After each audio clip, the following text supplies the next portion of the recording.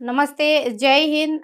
जी हाँ, आपने जो थंबनेल पढ़ा वो बिल्कुल सही पढ़ा है और ऐसा ही होगा।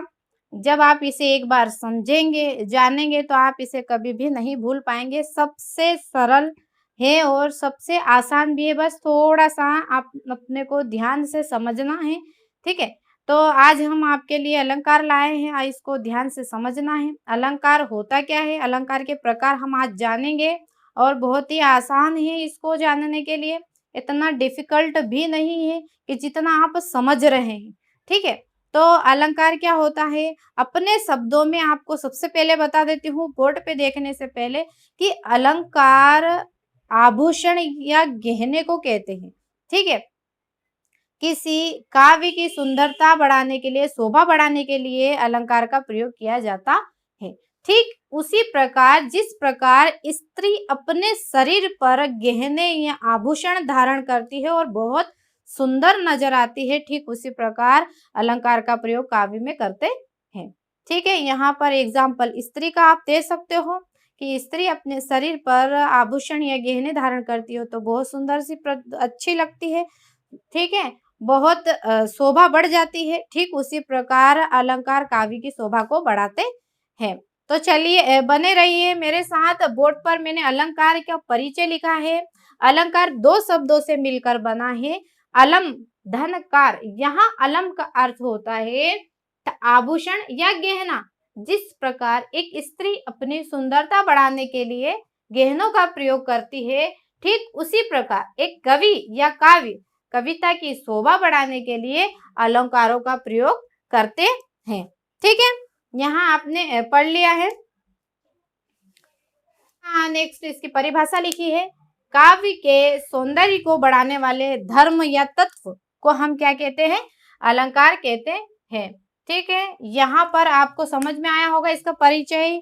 अर्थ सिंपल है इसका कि जिस प्रकार स्त्री अपने शरीर पर गहने आभूषण धारण करती है तो उसकी शोभा बढ़ जाती है। आपने कहीं देखा ही होगा, अपने घर में भी मम्मियाँ तैयार होती है, दीदियाँ तैयार होती तो अपने शरीर पर गहने आभूषण पहनती तो बहुत सुंदर और उसके शरीर की शोभा क्या होती है? बढ़ जाती है। ठीक उसी प्रकार यहाँ पर कवि जो कविताएं और काव्य लिखते हैं उसकी जो शोभा है ना अलंकार से ही बढ़ती है।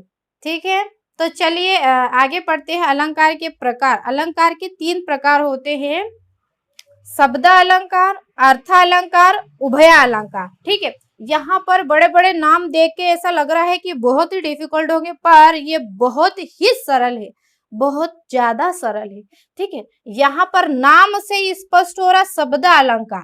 ठीक है, शब्द यानी शब्द होंगे। ठीक है, जहाँ काव्य की शोभा शब्द द्वारा, यहाँ हमने पढ़ा शब्द अलंकार, जहाँ काव्य की शोभा शब्द द्वारा होती है वहां हम क्या कहते हैं?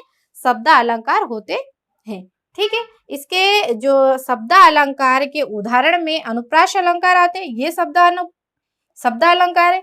यमक अलंकार, श्लेष अलंकार, ये तीनों अलंकार शब्द अलंकार में शामिल होते हैं। ठीक है, यहाँ पर सबकी अपनी अपनी एक पहचान है, अलग अलग पहचान है। अगला अर्थ अलंकार, जहाँ काव्य की शोभा अर्थ द्वारा होती है वहां अर्थ अलंकार होता है। ठीक है, इसमें भी अलंकार शामिल है। उपमा अलंकार, दूसरा रूपक अलंकार, तीसरा उत्प्रेक्षा अलंकार, चौथा अतिशयोक्ति अलंकार और पांचवा मानवीकरण अलंकार। ठीक है, यहाँ नाम से स्पष्ट हो रहा है इसलिए इसकी पहचान भी नाम से करेंगे और हम आगे पढ़ेंगे इसकी आगे की ये अनुप्रास अलंकार में शब्द अलंकार में क्यों शामिल है। ठीक है, तो अगला पढ़ते उभय अलंकार। उभय अलंकार की डेफिनेशन है ऐसा अलंकार जिसमें शब्द अलंकार और अर्थ अलंकार दोनों मिलकर किसी काव्य की शोभा बढ़ाते हो उसे कहते हैं उभय अलंकार। ठीक है, तो ये उम्मीद है आपसे कि आपको ये अच्छे से समझ में आया होगा। यदि आपने इसको ध्यान से देखा होगा तो बहुत ही अच्छी तरीके से आया होगा। आगे आने वाली क्लास में भी आप इसे कभी भी नहीं भूल पाएंगे। ठीक है, तो आगे की जो वीडियो है इससे हम आगे के जो अनुप्रास अलंकार, यमक अलंकार, श्लेष अलंकार, ये सारे डेफिनेशन हम आगे वाले वीडियो में एक्सप्लेन करेंगे। ठीक है, तो हमारा पूरा वीडियो देखिएगा। ठीक है, तो चलिए देखते हैं। इससे पहले मैंने शब्द अलंकार पढ़ाया था, शब्द अलंकार के भेद पढ़ाए थे, और अभी देखिए बोर्ड पर शब्द अलंकार की डेफिनेशन, परिभाषा और शब्द अलंकार के उदाहरण। ठीक है, पहला है अनुप्रास अलंकार। अनुप्रास अलंकार क्या होता है? जिस काव्य या कविता में एक वर्ण की आवृत्ति 2 या 2 से अधिक बार आ जाती है तो वहां हम अनुप्रास अलंकार कहते हैं।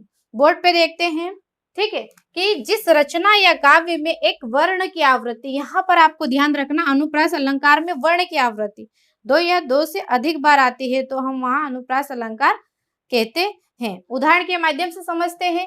तरीन तनुजा तट तमाल तरुवर बहुछाय। यहाँ पर जो त है उसमें 2 या 2 से अधिक बार वर्ण की आवृत्ति आई है तो यहाँ पर क्या हो गया है?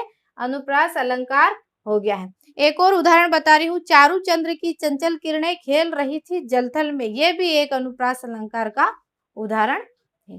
ठीक है, इसमें एक वर्ण की आवृत्ति 2 या 2 से अधिक बार आ रही है, उसमें च की आवृत्ति हो रही है बार बार, तो ये क्या कहलाता है?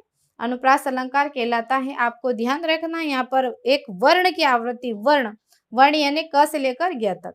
ठीक है, अगला पढ़ते हैं यमक अलंकार। जब किसी कविता में एक ही शब्द, इससे पहले अनुप्रास अलंकार में अपन ने पढ़ा था कि वर्ण की आवृत्ति, और यहाँ पढ़ना है कि शब्द की आवृत्ति 2 या 2 से अधिक बार आ जाती है तो कौन सा अलंकार कहलाता है? यमक अलंकार।